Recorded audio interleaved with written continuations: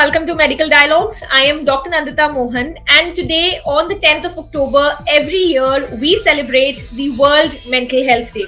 According to WHO, World Mental Health Day 2023 is an opportunity for people and communities to actually unite behind the theme mental health is a universal human right.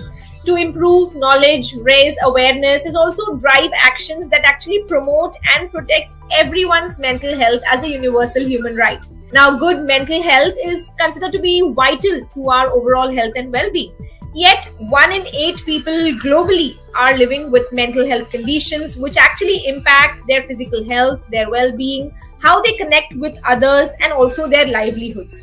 Now, mental health conditions are also affecting an increasing number of adolescents and young people these days.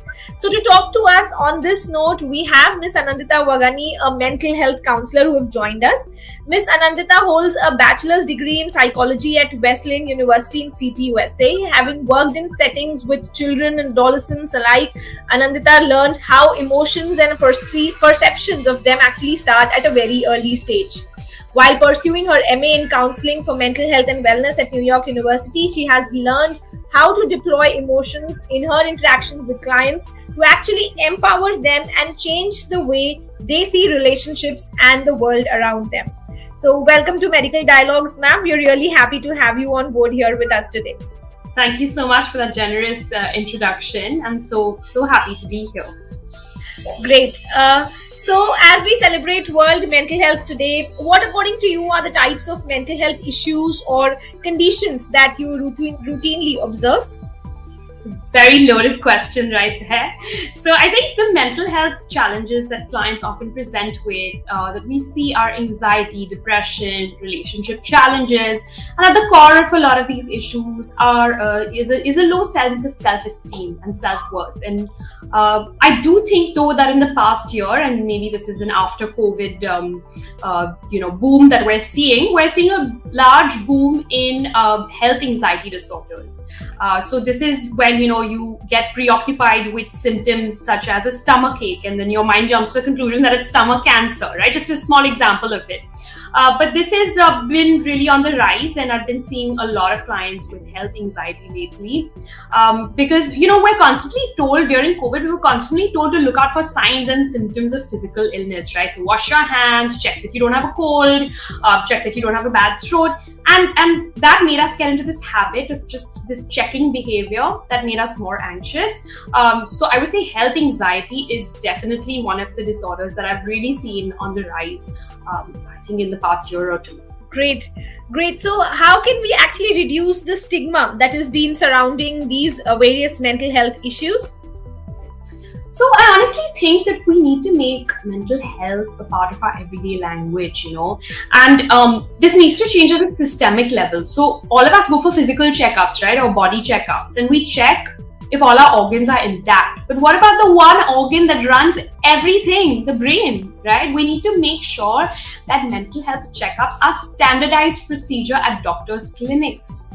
Another thing is pushing people to speak more about their challenges. And in small ways, I try to do this for my clients. I encourage them to speak out to their friends about their mental health challenges to break that stigma, because speaking up and being vulnerable is not a weakness, it's a strength. And having mental health challenges, still being here, kicking and alive, that's such a huge thing that not many of us give ourselves credit for. Just encouraging people to ask for help when they need it. The more we speak about it, the more people will. And that's the beauty of being part of a community, right? You connect over things that everyone goes through, but no one speaks about. And I think most mental health disorders do have isolation at their core.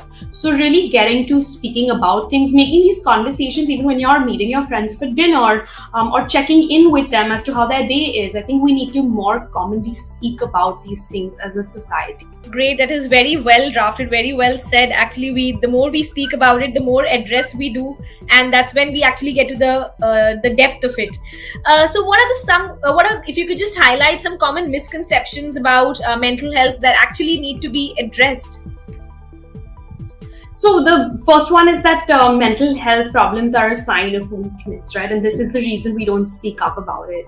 And this is no more true than saying that a broken leg is a sign of weakness, because mental health disorders are illnesses. They're not really signs of poor character, right? And also, one of the misconceptions is that if you have friends to talk to, then why do you need a therapist? But there's a big difference between friends and therapists, right? Because friends know your day-to-day living. They might be biased.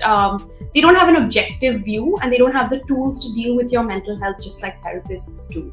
And other common misconception that I've been seeing coming up is that mental health problems are permanent. A mental health diagnosis is not a life sentence, and everyone's experience with a mental health disorder can be very different, right? Some people experience episodes between which they return to their normal.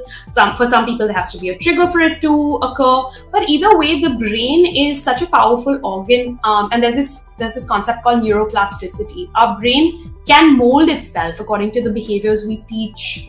And studies have shown that engaging in talk therapy, for example, can literally change the structures in your brain. So mental health problems are not permanent. They can be worked on. And the earlier, the better. Very, very true, very true. So how can one promote their own mental health, rather their whole well-being in their day-to-day lives? So I think regular mental health checkups, right? I think one of the best metaphors that I've heard of is therapy is, someone told me this the other day, therapy is like a vacuum cleaner. It takes off all the stains and dust that you didn't even know you had on your carpet. And honestly, I'm really of the opinion that all of us should have a therapist to talk to at some point in our lives, because there are just so many unchecked beliefs, thought patterns that might be building up that then lead to a bad mood. And just like we did with the COVID vaccine, prevention is better than cure. So we need to be addressing these things when they come up for us, not when they really hit the roof. So I think in their daily lives, individuals should feel open to reach out for support. I think that's the biggest thing. Great. So according to you, what role can actually families and friends play in supporting someone with dealing with such mental health challenges? So like I said, I think family and friends are an and, not an instead of, in your mental health journey. That being said, check in on that friend who says, I don't have the motivation to do anything. Check in on that friend who says, I feel low all the time. They may not be able to say it, but they need you. And when you're reaching out, ask them, do you need a space to vent, or do you need advice? Even ask them how you can be there for them, because sometimes they might not feel like they can ask you for things that they can. I think with family too, when family members feel heard and understood and loved, it enhances a sense of belonging and self-worth, and this reduces the risk of disorders such as depression and anxiety. And I think the other thing is promoting good communication. So we tend to avoid conflict a lot, but communicating is very important for both friends and family. This can contribute to positive mental well-being because it stops that issue from building up in your mind. Now you have a safe space where you can communicate and share. So I definitely think that's the cornerstone of good mental health. Well said. So now that we're talking about this in a little bit of detail, what according to you rather, how can workplaces create a more mentally healthy environment for their employees? So I think a huge thing in workplaces is promoting autonomy, right? Being able to do things on your own. And I think that at whether that's a higher level or the bottom level, everyone should have some kind of autonomy in their job, as well as establishing boundaries, creating norms around communications, but also just responsiveness and urgency of mental health care, right? So, for example, maybe a professional firm can require long hours for a client deadline, but the internal deadlines then you can make more malleable because that is something that you can control, right? Another idea could be, no emails after hours, focused work time, and no meeting days where where workers can just work independently. And leaders must also be able to model mental health. And by this, I mean that leaders need to be able to speak up about mental health. When they are giving, meetings or conferences, I think they need to make it part of their everyday work culture to address mental health issues, maybe by speaking out about how they're going through it and how they're getting help for it, because they can be the role model for someone. And finally, the connection of culture is key, right? So, Yes. the employers making time for regular check-ins, to healthy working relationships, meaningful interactions between teams, and of course, interventions at an organizational level. I know a lot of mental health companies do this, but I, for one, provide a lot of corporate workshops where we address things like burnout, where we talk about things like resilience. And this really opens up more conversations within the workplace. And the more conversations that are opened up, the increased likelihood that workers will be able to remain focused at work. How now that you're talking about, you also mentioned COVID, post-COVID mental health issues have risen a lot, and we know that the pandemic affected the mental health on a global scale. So, what lessons have we actually learned from that? So I think the mental health issues that came up during COVID, they weren't new, but it really accelerated the depth and the breadth of the crisis that we face, right? Because a lot of people suffered from depression and anxiety before. They just didn't speak about it. But now when you're left at home, when you have no distractions, you're going to have to deal with whatever's given to you, whatever things you've left unaddressed, which can be also good, right? Because we're finally coming to addressing that. Though I do feel like certain disorders like substance use was definitely on the rise during COVID, I actually think that the pandemic accelerated long-time efforts in professional mental health and healthcare systems, right, to destigmatize and normalize mental health. I think one of the biggest advances in our era has been tele-mental health. So in the past, when a lot of people would not want to go to a therapist because they don't want to tell their family member that I'm going to a therapist, now they can do it from their computer screen. And I think COVID exposed us to that possibility, and we still use it. Like, I still use it to see clients from Indore, from Delhi, anywhere that's not, because I'm Bombay based, right? So all over the world, just getting access to that telehealth has been a huge thing to destigmatize mental health. So I actually think that, on the contrary, COVID has increased awareness and improved mental health care in more ways than we think. That's very true. I totally agree. Yes, COVID has definitely created a lot of awareness about mental health, and people are not taking that part seriously, and they are not they're not delaying their counselor visits, and they are more open to this aspect. So now, talking about today's fast-paced world, so what are some effective ways actually that one can manage their stress and anxiety that anyone is having in today's world? A lot of us run to our work and busyness as a cover for something that we're going through, right? So I really encourage sitting in your feelings, not trying to escape it through Netflix, through scrolling. There's so many distractions. It's so easy to get distracted from the issue, but the issue will keep persisting, right? Netflix and all these things, and even working to an extent, is a band-aid. You're going to have to deal with what's under it. So on a daily basis, sit with yourself. Sit and do a simple practice of journaling out your thoughts. Even using expressive arts such as dancing, singing, it can't be emphasized enough. This is your time to self-express whatever you're feeling. I think another thing is also incorporating a meditation routine into your everyday life. It's very simple, just like a 4-step breathing routine. One of the best things to do is just like do a square breathing where you inhale for 4, hold for 4, and then exhale for 4. And apart from that, of course, seeking help when you need it before things build up. Super important. Yes, truly agreed. So now we've talking about COVID, we've talked about how in this fast-paced world, mental health has become important and we need to address it.